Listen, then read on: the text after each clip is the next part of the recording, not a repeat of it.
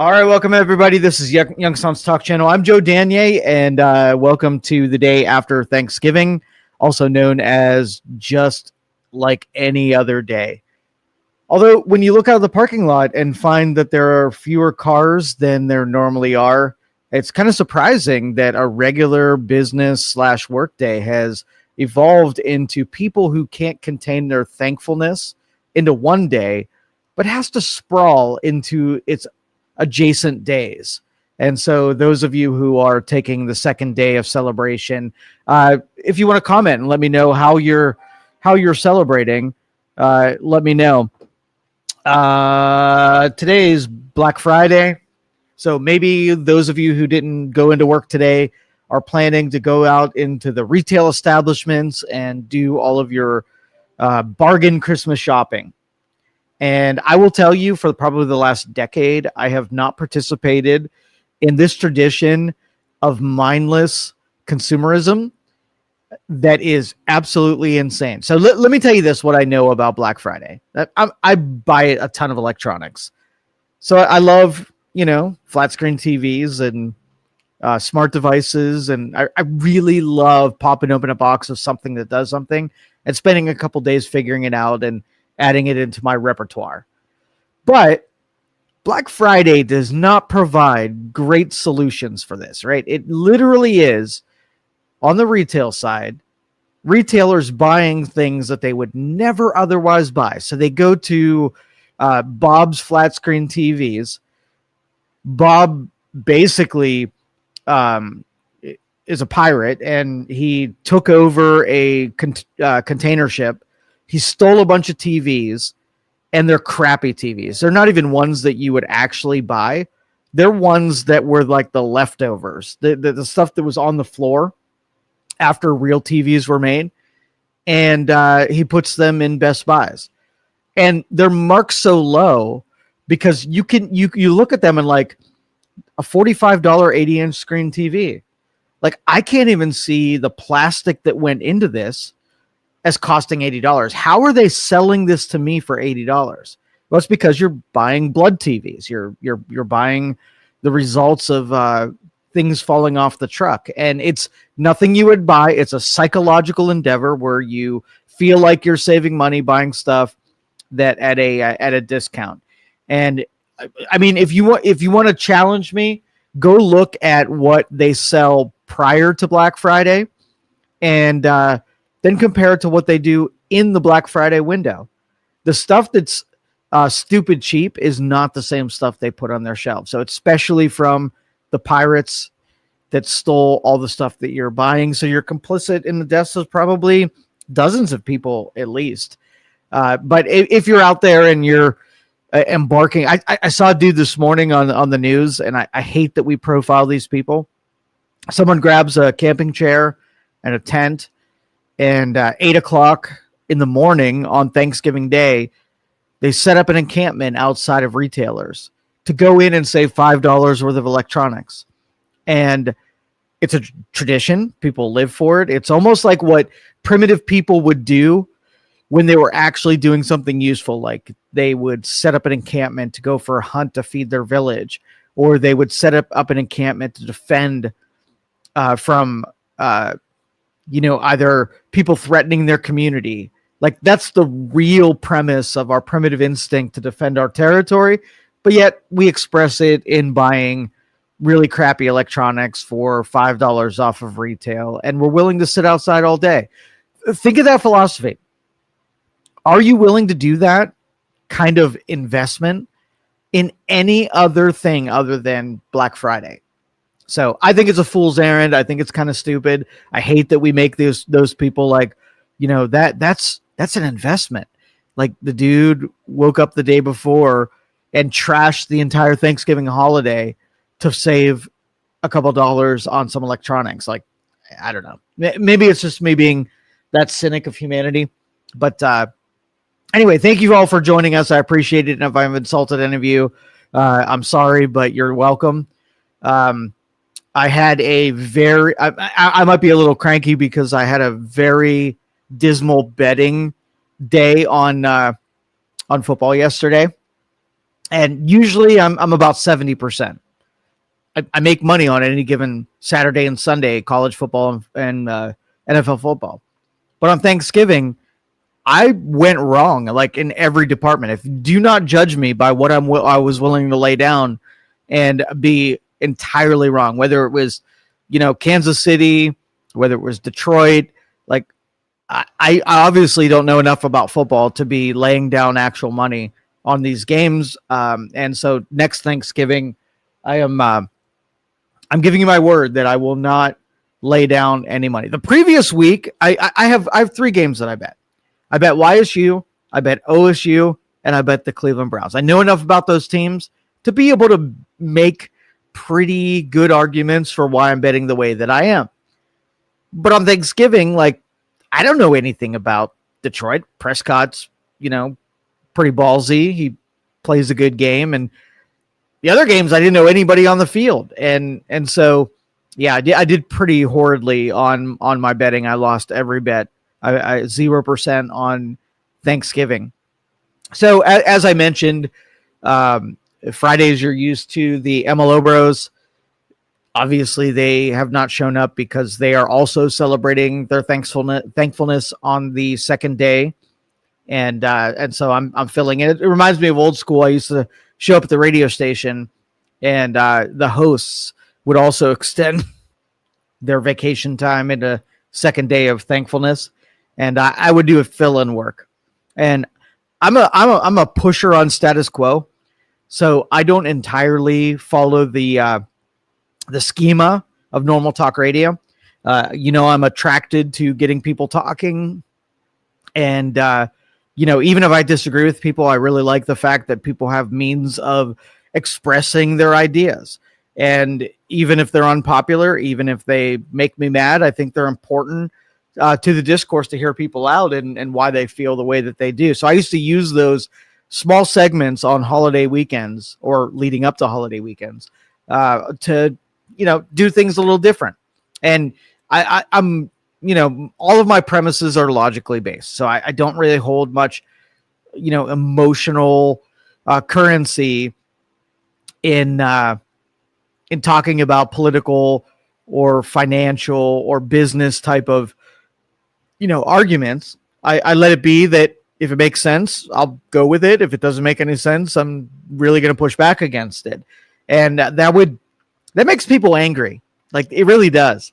And I think in, political climate, how you feel about something with what and compared to with what you know about something, like, those are huge contrasts and a lot to get over.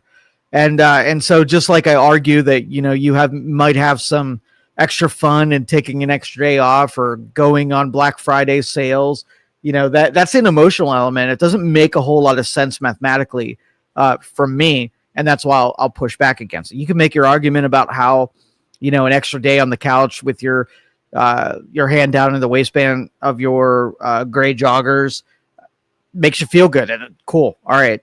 Awesome. But I showed up today in contrast with everyone else who didn't. And so I'll give you, the people listening and watching today, the ability to call the show. I did turn on the phone line, so that's unique. 330-595-1600, or comment on this, comment on any of the feeds, whether it be Twitter or YouTube or Facebook or any of those places. Go ahead and comment, and I'll respond to anything you might have. If you're opposed to Black Friday, let me know about it. What else? So Thanksgiving is, and I used to do, family used to be really big to me. And I think the whole family unit connection thing made it really hard to participate. I'm an arguer, right? So where I feel like when you show up for Thanksgiving dinner, that we bring up some kind of political commentary amongst people who are would object to a lot of my views. It sets the day up to have some pretty decent arguments. And I don't know that I have the capacity to not dominate and win those arguments and let, just views be known and I remember one. It was in the middle of my living room, and it was. I want to say that it was during the first Trump term. They were talking about immigrants and the value that they add to the U.S. economy, and I'm not going to say that I lost that argument, but it was a loss in the long term because I haven't had a Thanksgiving at my house since. And I was truthful. I said what was on my mind, and I let everybody say what was on their mind. But I made some people angry, and that is the last time that I had Thanksgiving. So are you one to bring up political discussions during something that should be about Thanksgiving and being thankful for the things that you're experiencing and the things that you have and your opportunities and the family that's in front of you and the food that's in front of you? Like, that should be a little simpler than political debates, but it definitely spills out into the family discussion. And so yesterday I spent some quality time with extended family, one of which I don't share any blood, but I was able to have great conversation. I ate really good food, and I laid on the couch and I watched some football, and I bet on some teams that I didn't do very well. And I felt good driving home in the snowstorm on Thanksgiving evening. And I felt really good that it was a great investment. And there weren't any harsh words for anybody. There weren't any ill feelings. Everybody just kind of enjoyed the day. And it was, that's sort of what I think everybody should experience on Thanksgiving. Kellen says, how do you feel about the new trend of no contact? People are totally cutting ties with family due to political differences. No contact at all. Will they regret this? I don't mind it. I think it's a social evolution that I think if you go full tribalism and you have disagreements that you feel, with a lot of conviction in, then it makes sense to be able to cut ties with family who disagree with you, because obviously they're bad people and you don't want them around. But it's one of those things, either you flirt with tribalism or you go full bore. And this is just the result of having your tribe and trying to demean the other side. So I would argue that we should probably overlook those things that don't matter, but it's so long that we feel, so emotionally connected with those things, and that is the result. I mean, I could tell you as a slippery slope artist that is what the cost of that is. And I don't know if you've had a conversation lately, Kellen, with someone who disagreed with you, but they believe it in their soul and they're willing to die on that hill. Me, not so much, because I look at the utility in disagreement. And if I feel like I can add some details so somebody can, shape their perspective with, truth and data and whatever, if I can add that angle to it, I will. But not many people are, do a reshaping of perspective. And so, like, if there's no utility in it, it's not going to do any good. I'd rather just not be around those people. Kellen also says, many of us have changed our minds with politics. New information comes to light, or you realize media has manipulated. You could waste years of your life standing your ground over something that wasn't even real, or now you feel differently. Yeah, and that's the risk. That's that conviction. Like, do you have enough information to feel as solidly grounded in how you do? Or is it going to take one person that comes along in your life that adds something that you didn't think about that changes that whole perspective? And will you feel silly around those people that you were willing to sacrifice relationships over it? And that is the real contention. And that's why we need to fight it out during Thanksgivings. Surround ourselves by people who we would like to argue with, and maybe someone leaves with a fresh perspective, or families get splintered and they no longer talk to one another. So it's one of those two things are going to happen. And if our betting man, and don't put money on this, because obviously I've shown that I'm not a good wagerer. I'm going to say that I'm going to go idealistic, and I'm going to say all your family needs is your perspective. Money in the bank. Thank you, Kellen. 330-595-1600. I'm only going to spend a couple minutes here because I got stuff to do. I got people coming in. And on this post-Thanksgiving whatever. I guess you needed to have some voice come out of Youngstown studio, and so this is what you got, and you get me. I will mention the explosion in Austintown. We made national news with a high rise. This was sort of like, this is a hodgepodge. The people who were at this place weren't all just elderly. There were also people that were on the bounce back. I personally know the company and the people who run this facility, and they do a phenomenal job about working with people.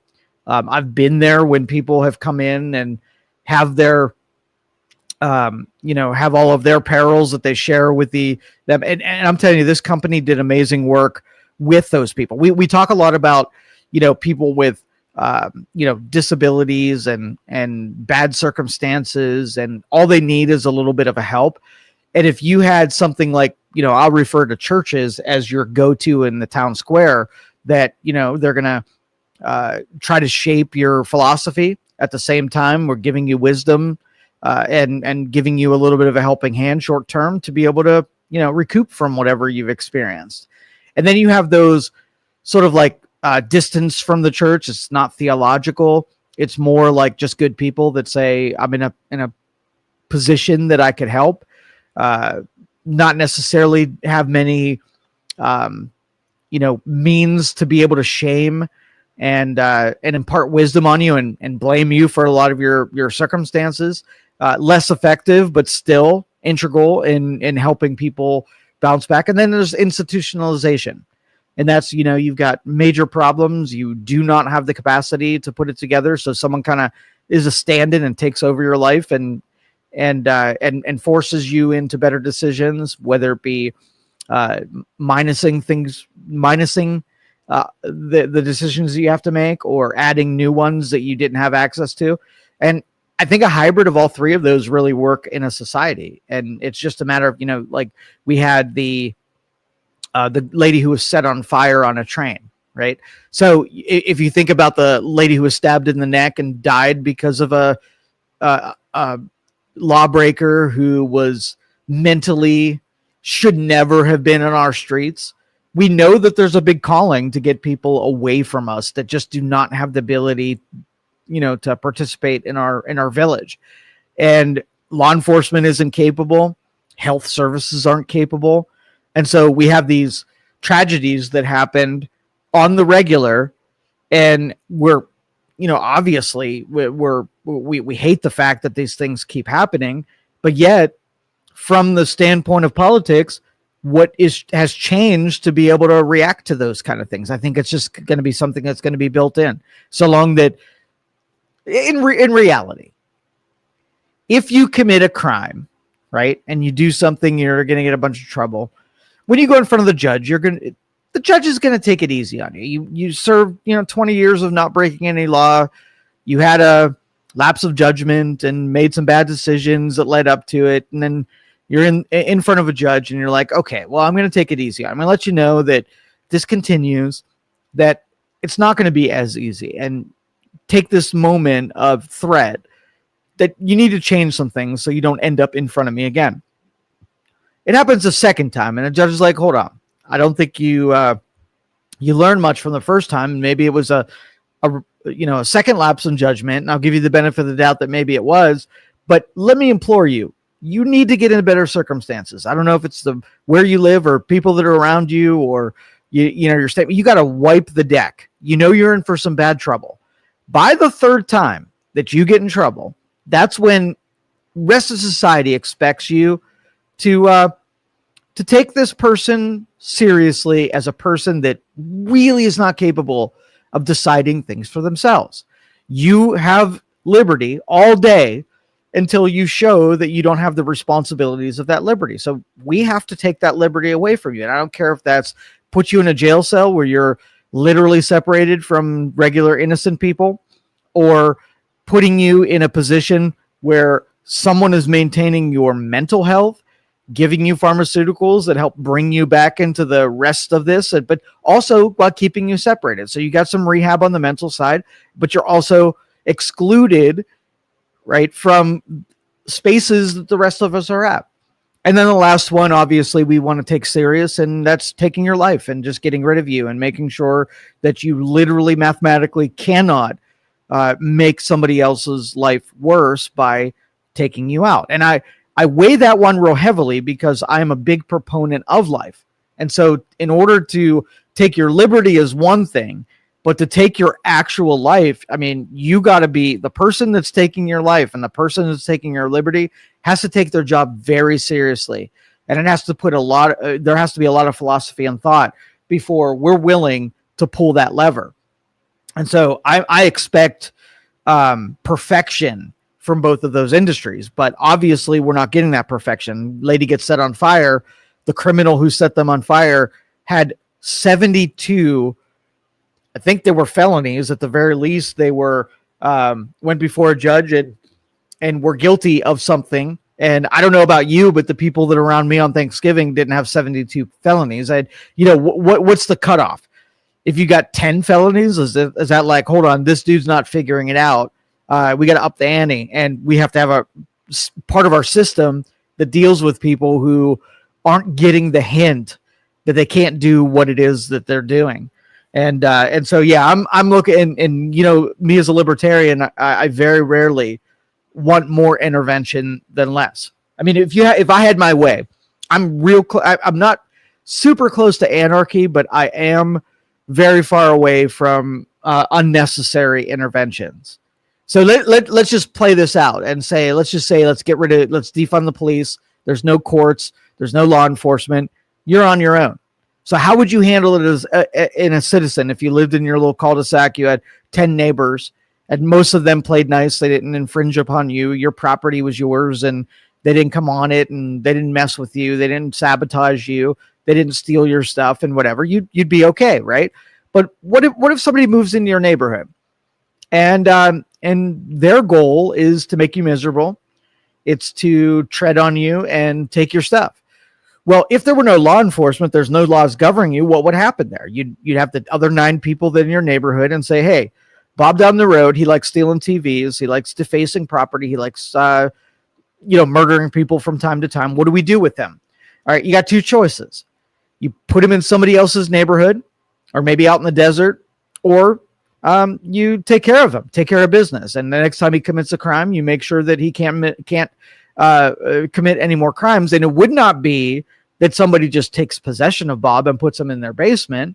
It would be like, Bob, I'm serious about this. If you come into any of our houses and steal our TVs, you're going to get ended. And I want you to take that as a serious threat that you would be ended.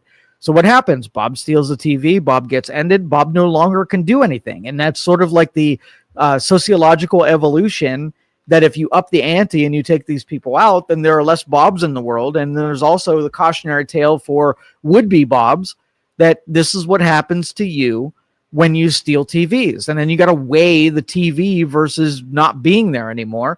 And I'm okay with either way. So if if Bob says TVs are worth his life and Bob pays his life, then it was a good transaction. At least he knew.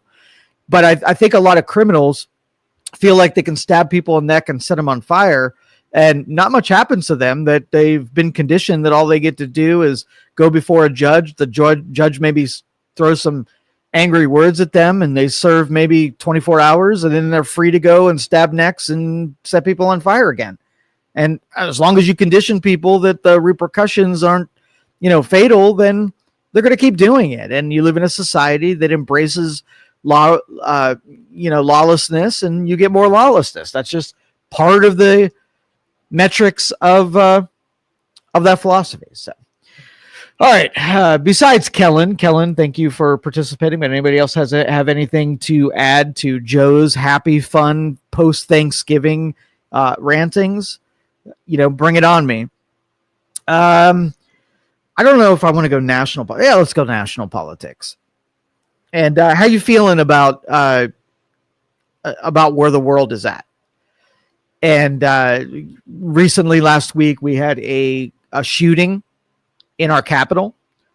This following, cleaning up crime in Washington, D.C. by sending in the National Guard, both to do law enforcement and beautification, I guess, and rave reviews about it. it was highly effective, and people walking around the streets of DC felt like they had a little bit more confidence that they wouldn't be mugged or carjacked or anything like that. So huge success. And then we have and again, this is all preliminary. I don't know if I'm lying or not, but it seems like this foreigner with a long name that when they put it on the TV, I can hardly pronounce it, but I knew it was someone who wasn't, a pilgrim or of European descent, showed up in DC and shot 2 of National Guard. And one of them died. One of them's in critical condition here. And the news coming out from that interaction was that this was a foreign national. And I'm kind of unsure what a foreign national is. I really am. Before, if in 1990 you would ask me what a foreign national would be, I would say that there would be a representative from a foreign government that was doing business or negotiating a treaty or something like that, and they were temporarily in the country to be able to do some important international business. Today, I think a foreign national means just somebody is here with a pass for whatever reason, student pass, I don't know, a Biden administration monopoly pass. I don't know what it means now, but foreign national, long name, hardly can pronounce, and also rumors of them being trained, or at least somebody who was involved with the CIA in Afghanistan as a trained militant against common enemies. So I don't know if this means that somebody in Afghanistan, you have warlords and terrorists, and so you round up a couple of native warlordy people and you give them a gun and they help fight on your side. You give them training, you give them weaponry, and they help fight against the common enemy in that country. So if you have a foreign nationalist who comes here and has CIA training as a warring, a candidate of war from another country, and they gun down a couple of National Guards, it feels like somebody had an axe to grind, right? And an element of terrorism, of I'm not going to call it domestic terrorism because obviously this is somebody on our soil. Carter says, I'm surprised you're on today. Happy, though. Too bad Kellen isn't there. Yeah, I'm also. Fridays aren't the same because we have usually the MLO bros and not Kellen. But still, it's important that we have content that's every day of the week, and very few days that we take off, Thursday being one of them. But this is, regular business day. So I figured I'd at least throw my contribution, even if it's going to be a very limited version of it. You're not going to get an hour and a half at me. I almost hit stop streaming about 2 minutes ago. So it's going to be a really short stints, but thank you, Carter, for being out there. I appreciate it. So the argument from the liberals were that if we didn't have the National Guard here, then we wouldn't have created the targets for this for a national to come over here and sharpen his axe and take out some of our law enforcement heroes. But I think that's a reach. Like Carter would say, that the TDS is very thick, and there won't be anything that happens that isn't tried to be tagged on something that Trump did or Trump said or Trump is. And so fully expected. And, honestly, like I said, it's a stretch. It's a stretch. So if I had let's just say I had a dance competition of all of my friends, right? And there was a murder that took place because I had my dance competition. Who's more responsible for the murder? The people who brought people to a place for a purpose, or the people who perpetrated violence and death on another person? That's why I say it's a stretch, because in that example, you would never say, well, had you not had a dance competition, nobody would be dead. From a logic standpoint, you're right. They would not be dead. But also the problem is still the person who perpetrated and them alone. Julie says, this was tragic. This was an Afghan ally that worked with the U.S. during the Afghan war. Biden repatriated them. I remember Republicans criticizing him for not getting enough allies out. So, Julie, do you know like what the reason? Did he have a mental break? What did he have a written ledger about why he was doing this? Do we know much about what his reasons for taking out National Guard? Because I'm telling you, like, I've had bad days before. Never once have I went after somebody to end their life. So I'm kind of curious as to what what the reason he decided to take some lives in DC was. 330-595-1600. Comments happening on Facebook, YouTube, and also X. Thank you, everybody, for joining me and listening to me. If anybody doesn't have anything else, I'm out of here for the day. I got lots of shit to do, but I'll give it another 20 seconds because it was really peaceful. Other than Black Friday and the stuff that happened in DC and, blowing up cartel boats in the Caribbean. I'm going to say Caribbean. I'm going Caribbean today. Other than that, what I liked about it is when I looked at the trending of things that people were interested, it was like all sports and shopping. Like, that's a really good thing when the things that are trending aren't tragedy. Julie says we haven't heard his motives. What his motives are. I kind of doubt we will since it was a CIA. Yeah, I agree with you on that. I don't think there'll be much more to hear other than that. But anyway, yeah, I'm going to wrap up here. Thank you, everybody, for joining me here today for an abridged version of what the MLO Bros would have done. And again, got shit to do. You go out there, go get your shit done. Have fun shopping. Enjoy this billowing snow that's coming down. And we'll catch you on Monday, normal show with Kellen. Have a good one, guys.